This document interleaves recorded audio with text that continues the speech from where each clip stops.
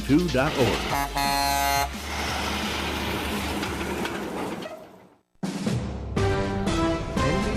News Radio, I'm Brian Shook. Former President Trump will not get a delay in his New York criminal hush money trial. An appeals court denied Trump's request today, and the trial is set to start next week. The parents of the Michigan school shooter are each being sentenced to 10 to 15 years in prison. In a historic case, James and Jennifer Crumbly were convicted in separate trials of involuntary manslaughter for the 2021 shooting deaths of 4 students by their son at Oxford High School, north of Detroit. Chris Brown, president of the Brady Gun Control Group, said the punishments make sense. He had a firearm in his backpack, and the parents didn't tell the school administrators they'd bought one. On these sets of facts, it's not surprising that the judge rendered this kind of sentence. Norfolk Southern has reached a major settlement following the February 2023 train derailment in East Palestine, Ohio. The $600 million settlement would resolve all class action claims within a 20-mile radius of the derailment and would take care of personal injury claims by residents who live within a 10-mile radius of the site. New York Congresswoman Alexandria Ocasio-Cortez is out with a warning after she was the subject of AI-generated porn. She described to Rolling Stone how she came across a photo on X depicting a deep-faked image of herself performing a sex act. AOC warned of the widespread impacts this type of harassment could have, saying it could cause someone to commit suicide. The Democrat recently introduced a bill making it easier for victims of AI porn to sue the creators and distributors of it. I'm Lisa Taylor. A Florida woman who stole and sold the diary belonging to President Biden's daughter will spend a month in prison. A New York judge handed down the sentence Tuesday that also calls for 3 years of supervised release. You're listening to the latest from NBC News Radio. When you're alone and life is making you lonely, you can always go downtown. Nestled in the heart of downtown San Bernardino is Living History and the place you want to be. On the internet, it's 320downtown.com. That's 320downtown.com. The Enterprise Building, with its rich interiors, it's a place so special you just have to see it. It's at 320 Northeast Street in downtown San Bernardino. The Enterprise Building is the heartbeat and entertainment life of downtown San Bernardino, as well as a distinguished space for your new office or building. You can grow with its newly renovated banquet area, meeting rooms, 320 bar, top deck terrace, and plenty of parking space with over 8,900 square feet of reasonable and available opportunity. Today, it's family owned and operated by Alicia, Alan, and their son Ryan. They've rolled out the red carpet and crafted a gracious space, keeping the historical feel of the building while providing the opportunity to create the future memories of your upcoming wedding or celebration. It's 320downtown.com. That's 320downtown.com. The Enterprise Building. It's downtown, waiting for you.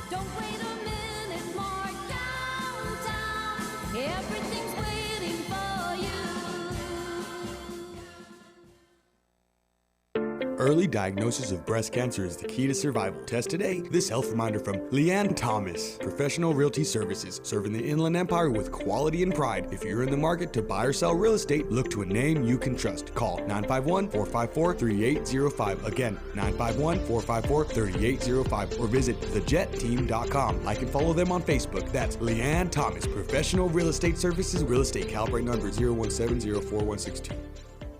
More than 80 million Americans depend on AM radio each month for news, weather, and emergency information. A new bill in Congress would make sure AM radio remains in cars, because when cell and internet services are down, this free service could be your only lifeline.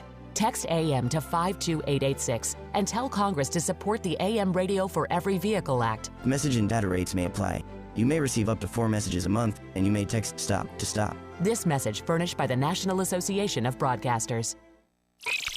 And now, the voices of KCAA with an exciting announcement. Want to hear NBC News or KCAA anywhere you go? Well, now there's an app for that. KCAA is celebrating 25 years and our silver anniversary with a brand new app. The new KCAA app is now available on your smart device, cell phone, in your car, or any place. Just search KCAA on Google Play or in the Apple Store. One touch and you can listen on your car radio, Bluetooth device, Android Auto, or Apple CarPlay. Catch the KCAA buzz in your earbuds or on the streets, celebrating 25 years of talk, news, and excellence with our new KCAA app. Just do it and download it.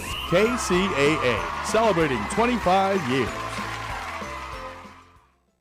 Hi, I'm Kaylee Spear, a licensed agent with Litchfield Insurance Associates here in Beaumont. A large portion of Americans don't have life insurance or don't have enough. Whether you need a temporary policy, something to help with income during retirement, or making sure your final expenses are taken care of, having life insurance is an act of love and security for your whole family. Having a local trusted agent makes navigating through the sometimes complex world of life insurance so much easier. And I would love to be the one to help you. I'm Kaylee Spear. For your free consultation, people are calling 951-769-0005. 951-769-0005.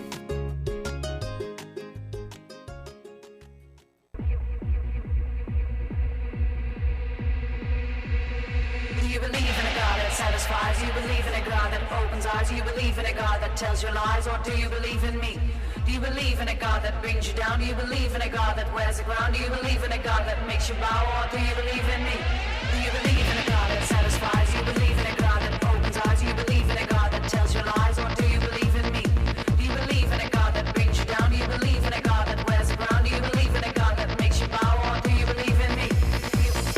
It's beyond common sense. It's Lanny Sense with Lanny Swerdlow, KCAA's resident gay, woke, liberal, pot-smoking, race-mixing, tree-hugging, left-handed, science-affirming, Jewish, humanist, atheist, a white evangelical Christian nationalist, worst nightmare.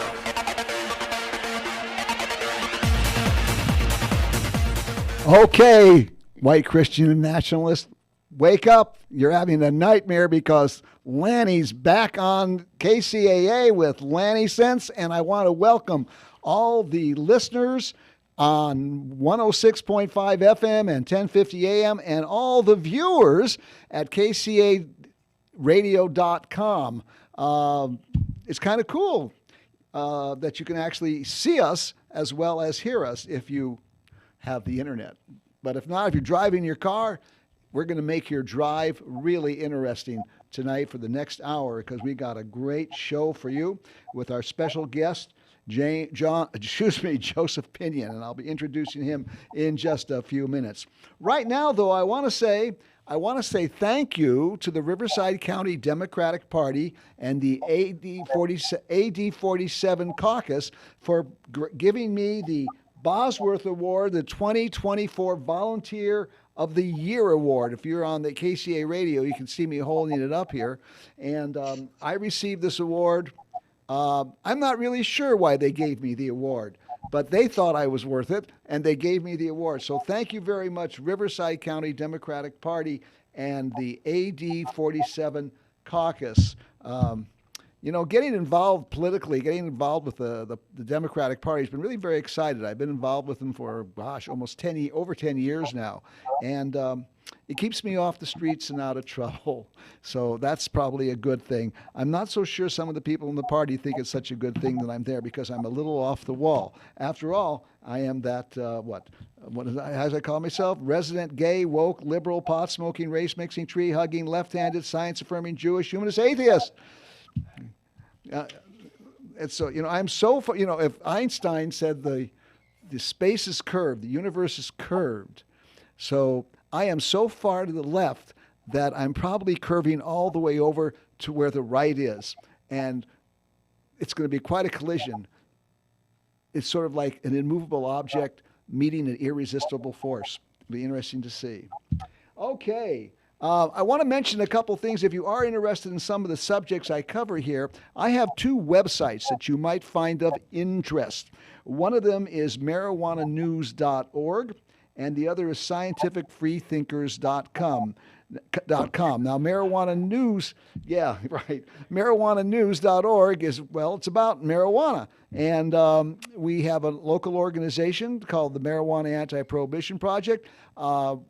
we used to be a lot more active than we are now. Ever since Proposition 64 passed, haven't been quite as active because, now there's people in business, lots of them in business, and it's time for them to take the reins and start leading things and making things better. Because Prop 64, was good, but it wasn't very good. Prop 64, which legalized recreational use of cannabis in California, was not written to be nirvana for marijuana. It was written to pass. So there's a lot of sections on it, like the part that allows local governments to ban cannabis businesses, that need to be repealed. Anyway, that's why I'm here involved in the Democratic Party, because we're trying to make Proposition 64 really the best it is. Okay, and the other site, scientificfreethinkers.com, well, freethinkers is people who don't subscribe to religious beliefs for the most part. And if you check out my website, I have some wonderful articles I've written on there all about death and the big lie and anti-Semitism and some really things that'll get you thinking. So you might want to check out my website at scientificfreethinkers.com. And if you go to marijuananews.org, you can subscribe to my newsletter. I send out once or twice a month with information on what's going on in the cannabis world, both locally, nationally, and throughout the world. All right. It was interesting. You heard the news article just as on the news, the NBC News, just before we came on here, and they talked about the hush money trial is not going to be delayed. It's going to start next week, I guess, and all the dirty laundry is going to come out. And, Trump has so much dirty laundry that even Tide can't get it clean. So it's going to be interesting to see what happens. I mean, this whole thing is, this is what's so amazing. This guy Trump is a what is it? I get so tongue-tied with him.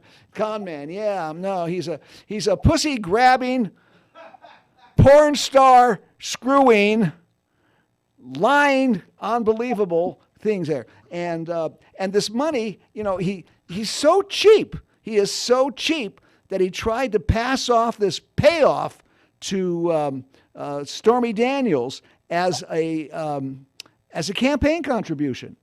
And this guy is incredibly cheap, and he stiffs creditors and all this kind. Unbelievable! It's unbelievable that the white evangelical Christian nationalists, who I am their worst nightmare, Trump is not their worst nightmare. He is their savior, and it's just it kind of shows you how people are willing just to chuck everything that they kind of hold dear if they got somebody in power that might deliver them a few things. We're going to be talking about that with our guest tonight, Joseph Pinion, about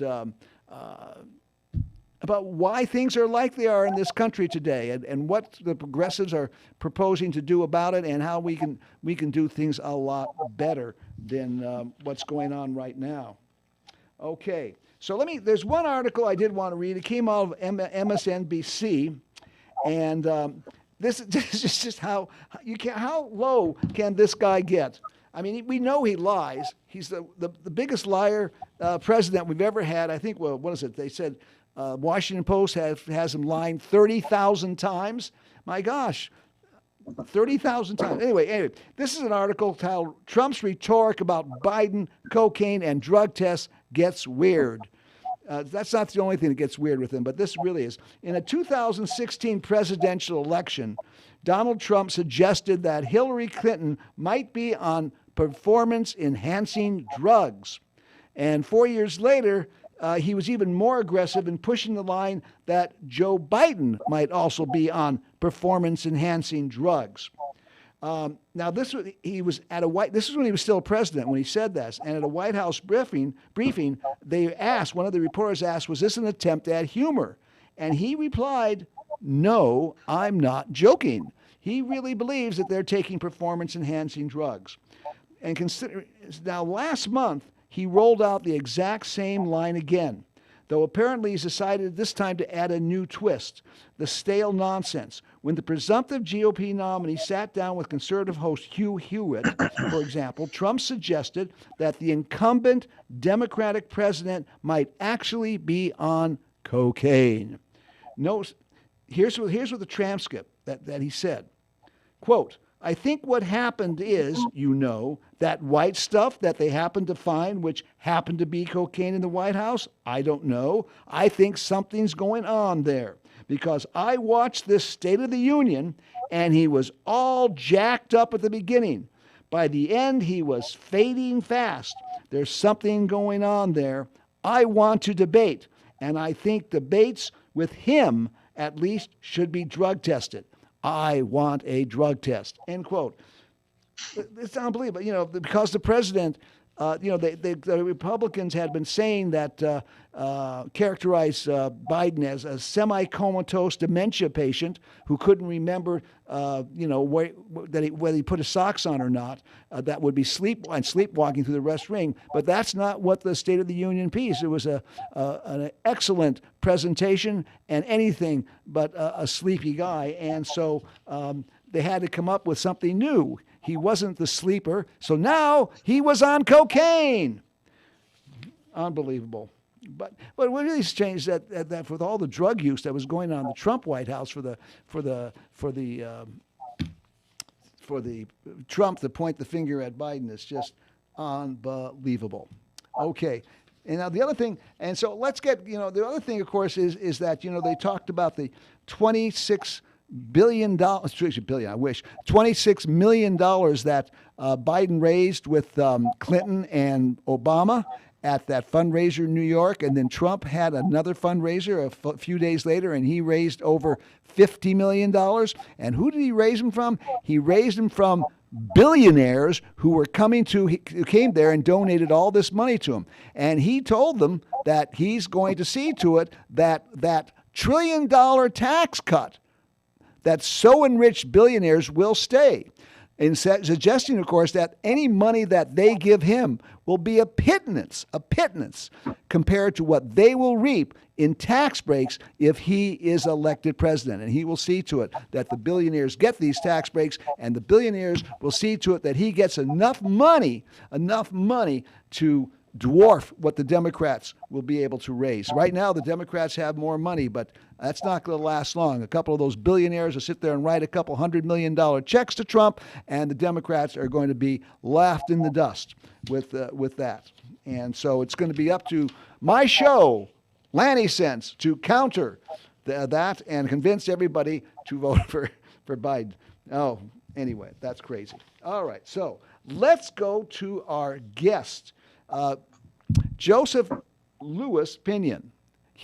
I've known Joseph for a number of years now. He sits on the Brownie Mary Democrats e-board. I've been with him at many e-board, the Cal Dem e-board meetings and the state conventions. He is a wonderful and active young man. Listen to this. He's a proud progressive Democrat and environmentalist from Carson, California. He double majored in politics and history at UC Santa Cruz. Joseph has formerly served as a DNC delegate for Bernie Sanders, parliamentarian for Feel the Burn Democratic Club, Los Angeles County, chairman of the Carson Environmental Commission, and vice chairman of the Carson Planning Commission. He is currently on the e-board, as I said, of the Brownie Mary Democrats of California. He's the president of the Progressive Democratic Club, the chairman of the Palos Verdes South Bay Sierra Club, and the chairman of the Carson Alliance for Truth, among other active roles he plays on the local and state level. He is a very busy young man. Joseph, welcome to the show. Thank you for having me, Lanny. I am so glad to have you because you're the first real political person we had. Everybody we had on before has been cannabis, which is okay, but I want to get into politics a little bit here, and especially progressive politics. Tell us about the Progressive Democratic Club. What is its What does it do? What is its connection to the Democratic Party? Sure. For those who are not very familiar with the party politics or structure, the Democratic Party is on different levels. There's a national Democratic Party, the state Democratic Party, and the local or county Democratic Party. And in California, the Los Angeles County Democratic Party issues charters to Democratic clubs. So there's different Democratic clubs like MLK Jr. Democratic Club, Torrance Democratic Club, for example. They're based on either a region or maybe ethnicity or gender. But the Progressive Democratic Club is a Democratic club based on ideology. So we have draw our members throughout the county, and our members are interested in progressive politics. So we are one of the oldest Democratic clubs in the county, and then we're also one of the largest Democratic clubs in the county. So as I mentioned, some Democratic clubs are based on cities or areas like South Bay, for example. But our club is a county-wide club, and we draw our members mostly in the South Bay and the Harbor area, but throughout Pasadena, the beach cities, the gateway cities, and we're just a very active club trying to advance progressive ideologies in the Democratic Party and also the government in general. So when you say county, you're referring to Los Angeles County. Yes, that's where we got our charter, is through the county Los Angeles Democratic Party. So you've got an active base of 10 million people to draw on. So that's wonderful. Okay, listen, we're going to be touching on some really controversial hot button issues, and if anybody listening in would like to join in the conversation, the number to call in is at 888-909-1050. That's 888-909-1050. Call on in if there's something that we say that you really agree with or you really disagree with. Okay. All right. Well, let's start out with, what is a progressive, Joseph, and how does it differ from a liberal? Liberal has gotten kind of, we don't use that word anymore, although I use it in my description of me because liberal really upsets the far right. But what is the difference between a progressive and a liberal? Well, I suppose if you're trying to make a rule of thumb, progressives generally, we want to maximize the number of freedoms for people. And then also we want the government to work for the people and not for the corporations. And in general, progressives are younger. They're a little bit more cynical about the party, about the government, based on, the way things have been going. It's when we think about the Democratic Party, where it was in the 1930s and 40s under FDR, right? We saw a president who was expanding the government, creating programs to help the needy. We look at, Kennedy and LBJ, and we look at, the large leaps they used. Let's go to the moon. Let's help the poor. Let's help African Americans. And so those would be progressives today, the people looking for substantial change, looking for the government to help the people. And as opposed to, I would say also, to borrow from Senator Wellstone, the progressives are the Democratic wing of the Democratic Party. Some people are in the party for various reasons, and there may be a little bit, progressives would look at them a little bit more cynically. They maybe they're for the military-industrial complex, for example. They say, I'm a liberal, I'm pro-gay, pro-abortion, for example, but then at the same time, they get in bed with the big corporations, the pharmaceutical industry, the military-industrial complex. And when it comes down to, the actual votes that matter, they give us this platitudes, but actual votes, actual actions, they're missing. So the progressives are the ones really pushing the party, pushing the government to saying, hey, we want more than just platitudes saying I'm a liberal, I'm a progressive. We want actual change in our government, in our systems. Because I would say I've been involved in the party for over maybe almost 20 years now, and progressive used to mean something. Progressive was, like a Bernie Sanders. We need, Medicare for all. We need, at the time, $15 minimum wage.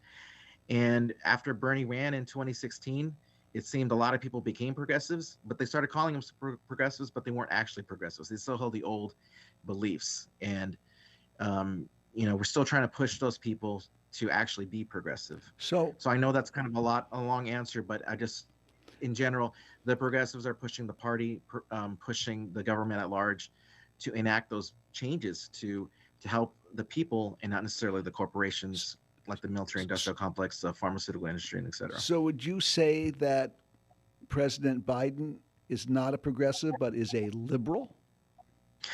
I think Biden in general, he's not very progressive. What's good about President Biden, I will say, is progressives are pushing him to do good things. So, for example, wiping out student debt, putting a billionaire on taxes. I see Bernie Sanders and other progressive leaders pushing Biden to take on those policies. And Biden is not, for his credit, he's not saying, no, I won't do that.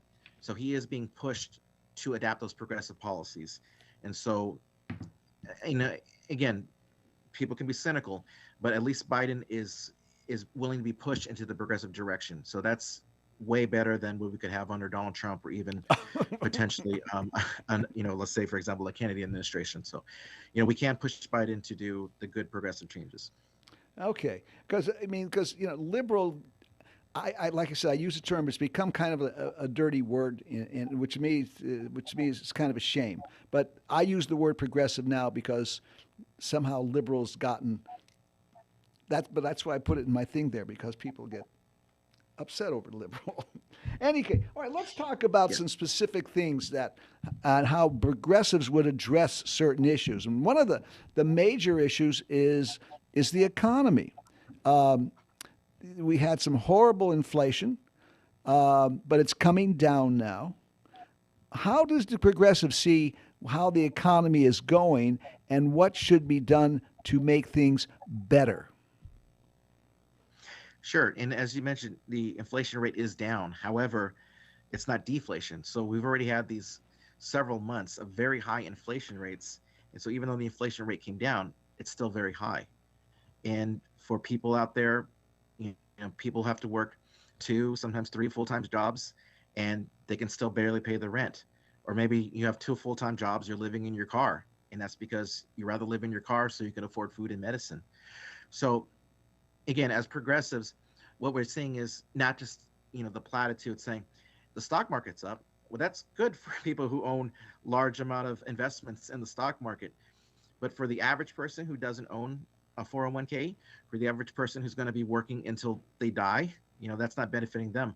So as progressives, we push those programs, as I mentioned, FDR instituted, to help as a safety net to help people.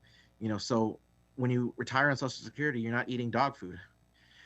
We're pushing for single payer healthcare because people are facing medical. I'm sure as a nurse, people face medical bankruptcy debt. And I know people personally, and they don't get dental work done, which causes further health problems down the road. They don't choose to get a checkup. They can't afford their medication because, again, they could be working 2 full-time jobs. They can be getting subsidies for healthcare, and it's still not enough. It's still not enough to just barely eke by and survive. And so we need the government to look out and protect us from predatory lenders, and I'll mention again, single payer healthcare. We need single payer healthcare. It's makes financial sense, but also it's needed for, the health of the country, because this is not sustainable. We cannot sustain on this path for very long. Something's going to break. Well, the healthcare issue is one that the Democrats need to push on, and they're not. The longevity in the United States, life expectancy. If you're watching, you can see this chart. If you'd like to see my charts on life expectancy and infant mortality and gun deaths, you can go to scientificfreethinkers.com/blue versus red. But what's happening in the United States is life expectancy is down. It's going down for the first time. It began around the COVID, and it's when Trump was in office, and we're growing. But all the other industrialized countries, are not seeing their life expectancies going down. It's either staying where it is, or life expectancy is increasing. And what is the one major difference between the other industrialized countries and the United States? All the other industrialized countries have some form of universal health care for all their citizens. And when everybody has access to health care, people are going to live longer and healthier lives. And somehow, Trump keeps saying, "Oh, we're going to do away with Obamacare," but he doesn't say what they're going to replace it with. Of course, they're not going to replace it with anything. They want to do away with it because that's socialized medicine. But socialized medicine isn't a bad thing. If we look at the other countries, Canada, England, France, Sweden, the Netherlands, they have healthier citizens that live longer and live better lives because they have universal health care for all their citizens. Yes, and you mentioned a key word there, Lanny, socialism, and I socialism I think is very misunderstood by everyone. You can be in favor of socialism and probably misunderstand socialism. And I think Bernie Sanders could have done a better problem when they were accusing him of being a socialist, and he said he's a democratic socialist. And an easy way for me to explain, socialism to people who are maybe not very familiar with the history is in the American process, we've had these third parties had a very large influence on our system. We've had, a prohibition party that passed the 18th Amendment, and so alcohol was outlawed. There were the suffragettes, and now we have women are able to vote. And in the 1920s and 30s, there were socialists, and there were socialists who ran on things like, child labor laws. We shouldn't have children working in factories. We shouldn't have children in the mines. We should have at least one day off. We should, work no more than 50 hours a week. Public parks, public schools, and those are all socialist ideas that were eventually incorporated by the Democratic and Republican parties. Social Security also. So again, those things that were socialist and they were evil socialist things got incorporated, and now we think of them as just American things. Public schools, the public parks, and those are very American things. We don't think of them as socialist; they're just American. Yeah, that's true. But the word social, it got associated with communism. It got associated with the National Socialist Party. These other parties corrupted it. They were not democratic, and that was the problem. You can be socialist and democratic, and you're not authoritarian. It looks what a lot of us are afraid is happening to this country right now. It's going to become authoritarian, and it's going to become fascist, and with in order to solve some of these problems. But the healthcare thing is absolutely right, and Obamacare has certainly improved the lives and health of millions and millions and millions of people. And I hope these people realize that they are in danger of losing their health care if the Republicans take full control of the presidency and the legislature in Washington. So we got to worry about that too. What about, there's other things we have to worry about too, and I kind of hear you think one of the major things, of course, is reproductive rights, abortion care. Florida just, two major things just happened. The Florida Supreme Court said the 6-week abortion ban could go into effect beginning in May. And in Arizona, they just resurrected a law that was passed like in 1864 that was banning all forms of abortion. This is, this is one of the things that's working in favor of the Democratic Party. But I'm not sure that that's going to be enough for the party to stay in power. What do you think? How should progressives be using the issue of reproductive rights? Again, I think it comes down to freedom. And the majority of Americans, from polling I've seen, they're in favor of abortion to a certain extent. I forget what it was, 3 months or the first trimester.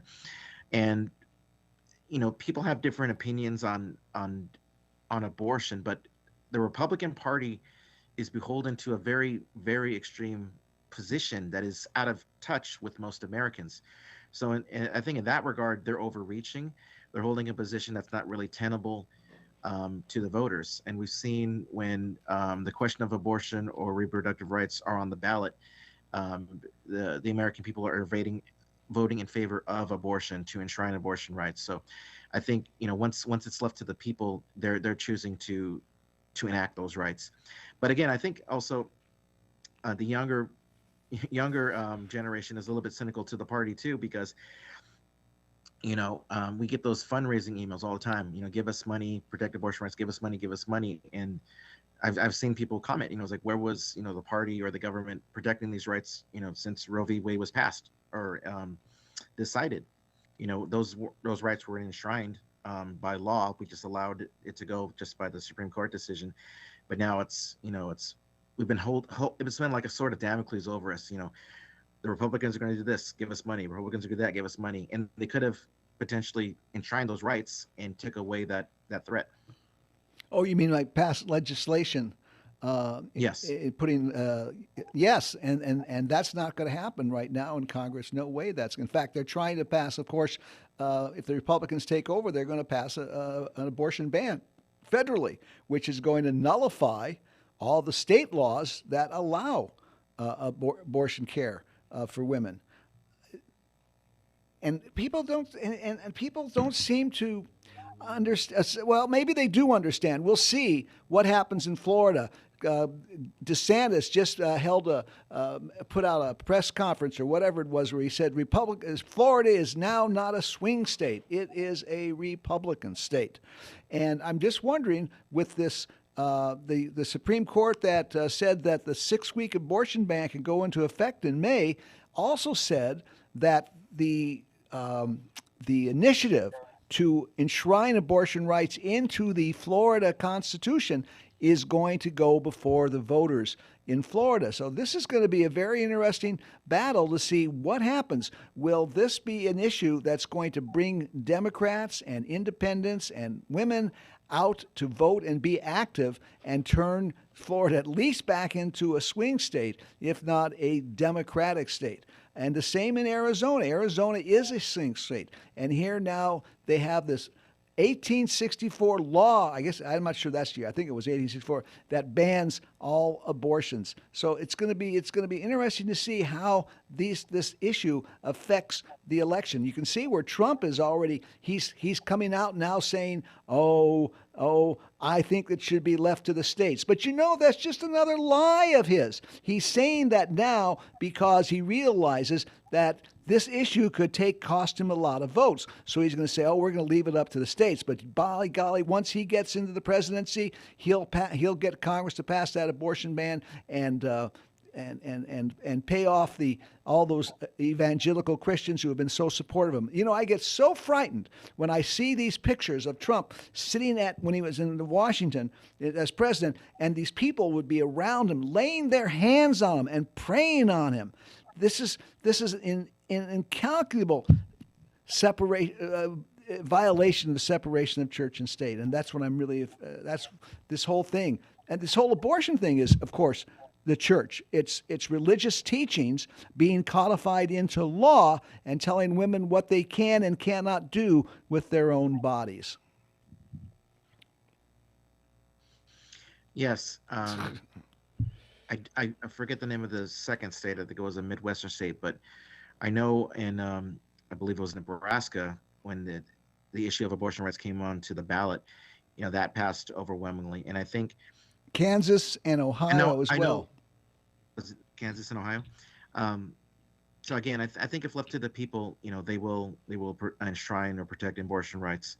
But I understand what you're saying. If Trump does get in power, they will pass an federal abortion ban. So, and even though he's going to sit there and say, we're not in favor of that. We're going to let the states make the decisions. That is BS. Trump is a liar, and he will say anything in order to get what he wants, which is the presidency and become the most powerful person in the world. He was the most powerful person in the world, and he lost it, and he wants it back again so much. And, of course, Joseph Biden wants it, too. He's running for re-election. There's something about power.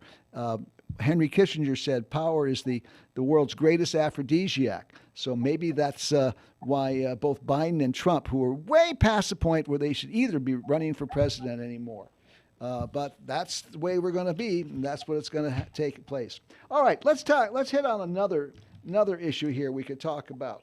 And that has to do with gun laws, reasonable gun laws.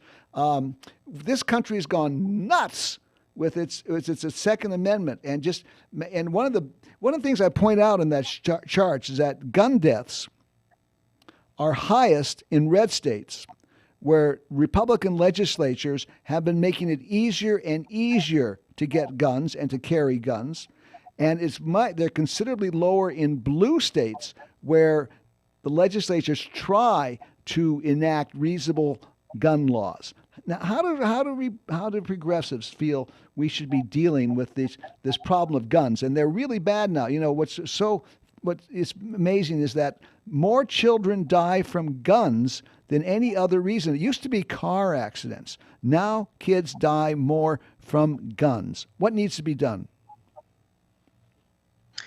Well, gun policy is not my general of expertise, but I will say, similar to abortion rights, most Americans believe in common sense, red flag laws, for example.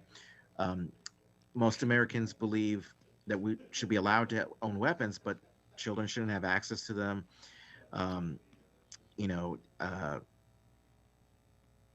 If you are on a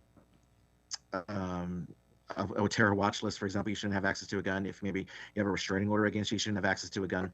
So, and some of those, I think we can make progress to, and to get those passed in other states. There are some positions, like California's taking, for example, saying you can only have 10 rounds in each clip. You can only have, you can't have certain features on a rifle.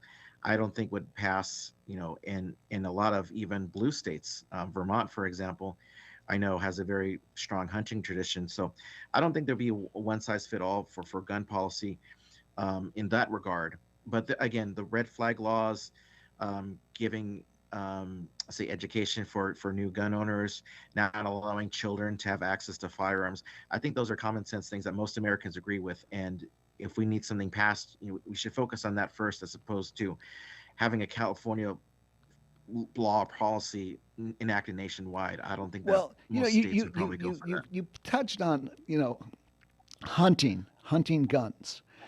I am not against hunting. I'm a zoologist. I worked for game commissions where hunting is regulated and is somewhat important for the management of wildlife. But hunters don't need AK-47s. And these are the guns that get into schools and get into churches and get into public places and kill masses of people. And yet somehow AK-47s are okay. We don't let people have bazookas. And we don't let people so why in the world do we let them have an AK-47 as well? And that's because this gun lobby has been so powerful and so entrenched, and that it's just unbelievable. The laws are just insanity. Well, all right. Let's go to something else that's also very, very important, and it's not getting properly discussed, and that is climate change. It's going to be interesting to see what happens this summer with our heat waves, if it's going to be really bad. And I read from that the climate people, the weather people, are predicting a really robust hurricane season this year. And so this climate change is getting really, really bad, but you don't hear it talked about very much. Nobody is making a big deal out of it. The Republicans, of course, are denying it. Trump is talking about we got to have more gas building and gas extraction, and he's against the electric car subsidies and all this kind of stuff. But the climate change, what do progressives think should be done?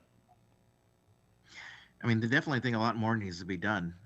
I mean, when we talk about the Democratic Party, the policy, they'll say things like we believe in climate change, we believe to go green by whatever 2100, but their steps are either too small, or they're maybe misguided.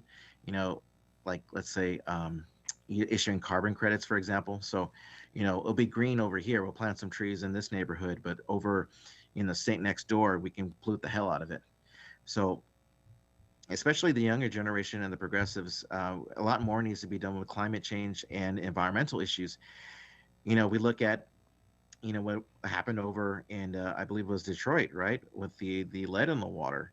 And, we say we're going to do something, we give them water, but in the actual implementation to change that doesn't happen. And so we need more than saying that we're going to do something. We need actually something comprehensively done. And part of that, a big part of that, is getting off of fossil fuels. So we can't just say we're going to ban fracking. We actually have to have a legitimate plan to get off of all fossil fuels and transition off them very soon. And not to say no oil, natural gas is okay, for example. No, we just need to get clean, completely clean, and to transition again. It's not going to happen overnight, but we need to come up with a hard plan and actually implement it, because this is not something we could easily reverse. The climate change has been going on for a while. We've seen it, increased weather activities. Everyone I know, in California, we've seen it. Hot summers are hotter. The rainy season's wetter. We're getting these wild swings in weather. So we're already seeing climate change in action. And again, if we don't do anything very soon, it's going to get a lot worse. And it's like people don't care. They don't care about their kids. Come 2050, 2060, things are going to get really bad. And we're not doing it. People are saying, "Oh my God, gas prices are getting too high." Well, maybe that should spur us to do things in conservation, like rapid transit and public transit, so people didn't have to use their cars, and invest in those kind of things.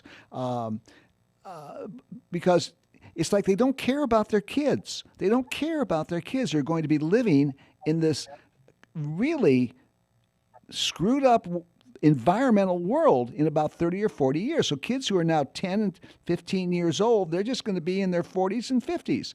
And they're going to be living in a really, sea level rising and temperatures rising and droughts and floods and all this. It's just unbelievable. And they don't seem to care about what's going to happen to their children and their grandchildren. And that really embarrasses me, because I'm of that generation. The people that came out of my generation, we're the ones that we should be doing something about it to protect it for our kids and our grandkids.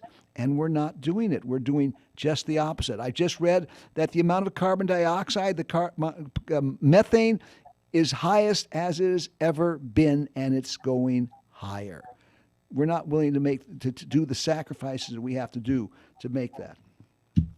Disappointing. Yeah, and it's not even climate change. It's when you're mentioning about the future generations, what's going on now, and the 90744 area code.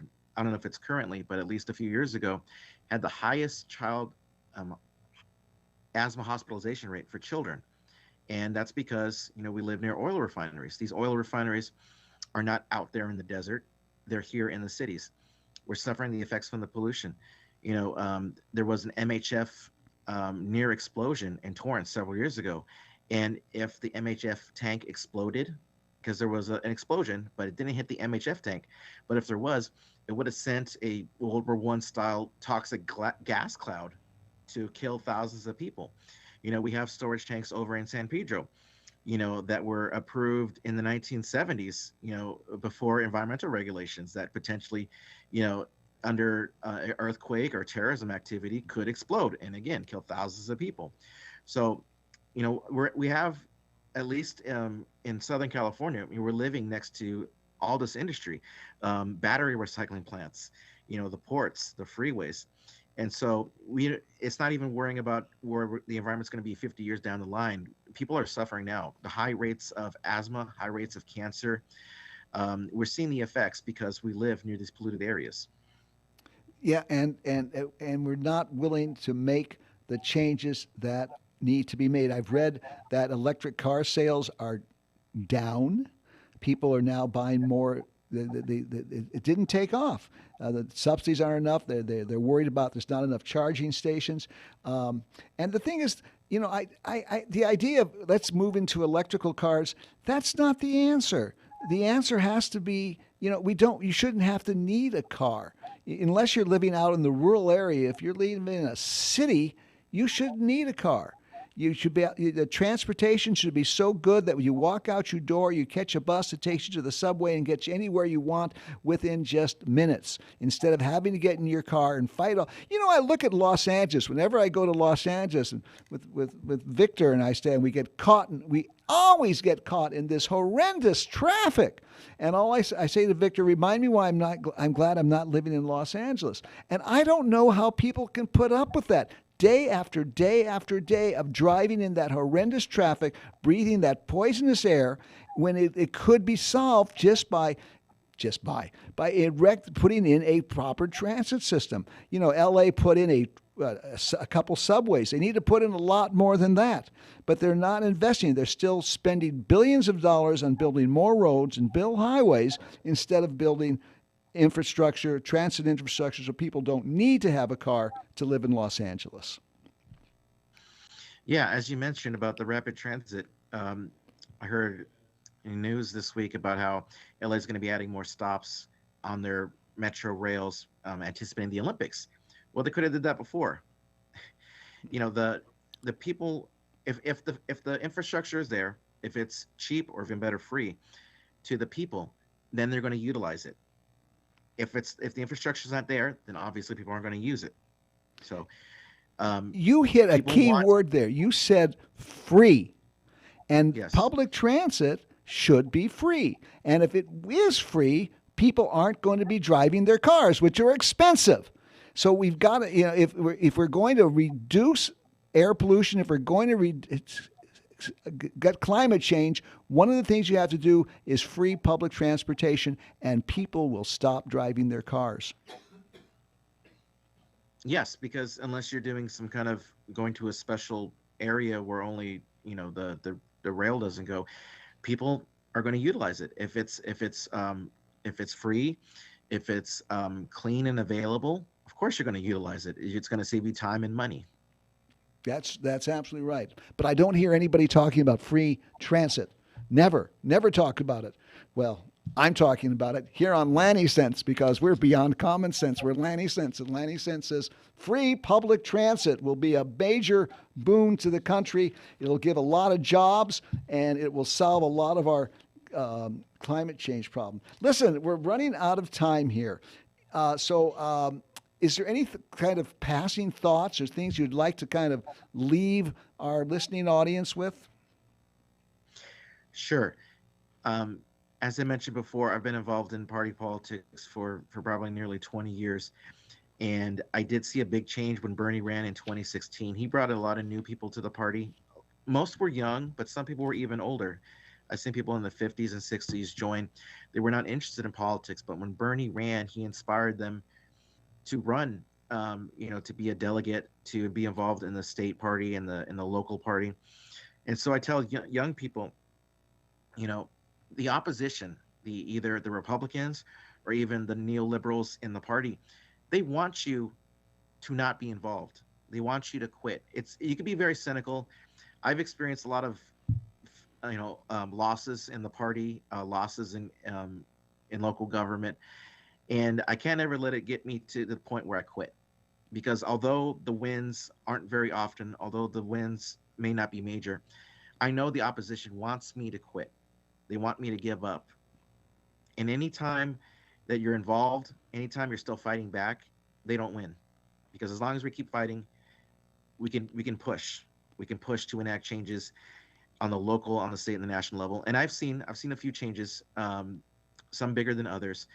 But again, that's only because there were people, progressives mostly, but there was people who decided, I'm not going to let the opposition, the people in power, win.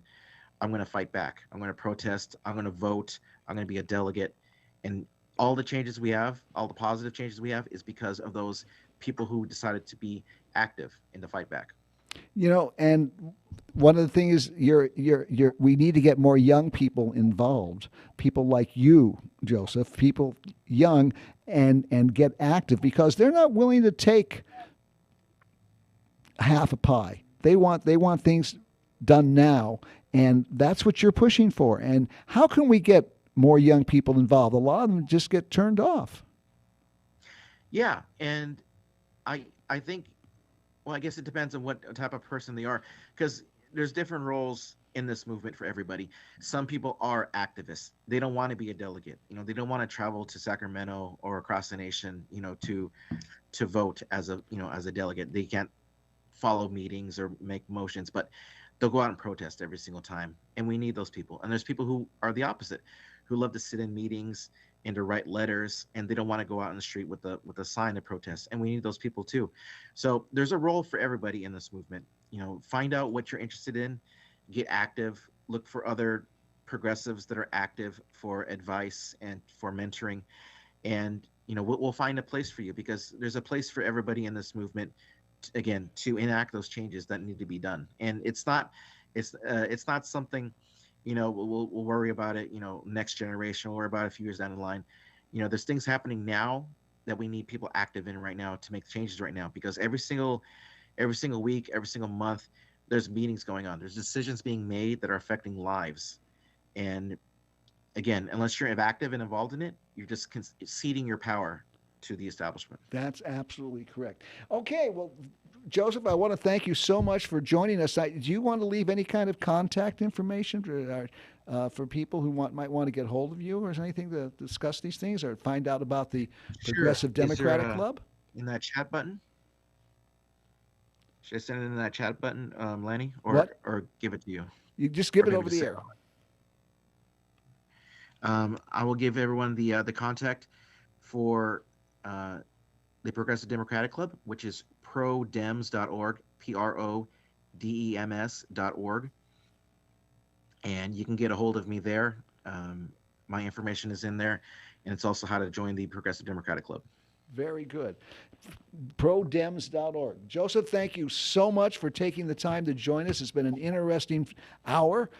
We've covered some. There's a lot more that we should cover. Maybe I'll have to get you back on again some other time. But thank you for joining us today, and keep up the good work. I love it when you said you're not going to let them catch you down. That's how we win. Good night. Thank you, Lenny. Bye-bye. Okay, well, we're running low on time, which always happens when we get towards the end of the show. We always run low on time at the end of the show. So I want to tell you about our guest next week. He's really special. It's Dr. Donald Port-Hero. He is a very famous paleontologist. He is taught at Caltech and Columbia and Occidental colleges. He has published over 300 scientific papers, mostly on the evolution of fossil mammals, especially rhinos, camels, and horses, and on using the Earth's magnetic field changes to date fossil-bearing strata. He has been on the editorial boards of journals such as Geology, Paleobiology, Journal Paleontology, and Skeptic Magazine. He has received the Charles Schubert Award for Outstanding Paleologist under the age of 40. He's not under the age of 40. That was back in 91. He has been featured on numerous TV documentaries, including Paleo World, Walking with Prehistoric Beasts, Prehistoric Monsters Revealed, Monster Quest, Prehistoric Predators, Entomodon and Hyodon, Conspiracy Road, Creationism, as well as Jeopardy and Win Ben Stein's Money. He's quite the man, and he is going to be taking us on a fascinating journey, beginning with the imbecilic flat earthers, anti-vaxxers, and climate change skeptics, and how it leads up to the very real problem of science denials actually having sway over legislation and agency policy decisions. He will help us understand the dangers that science deniers create and how to recognize and confront them when you see it happen. This is really going to be an important show, because science deniers is just running rampant, and we've got it. And I tell people, I had some religious people come to my door the other day.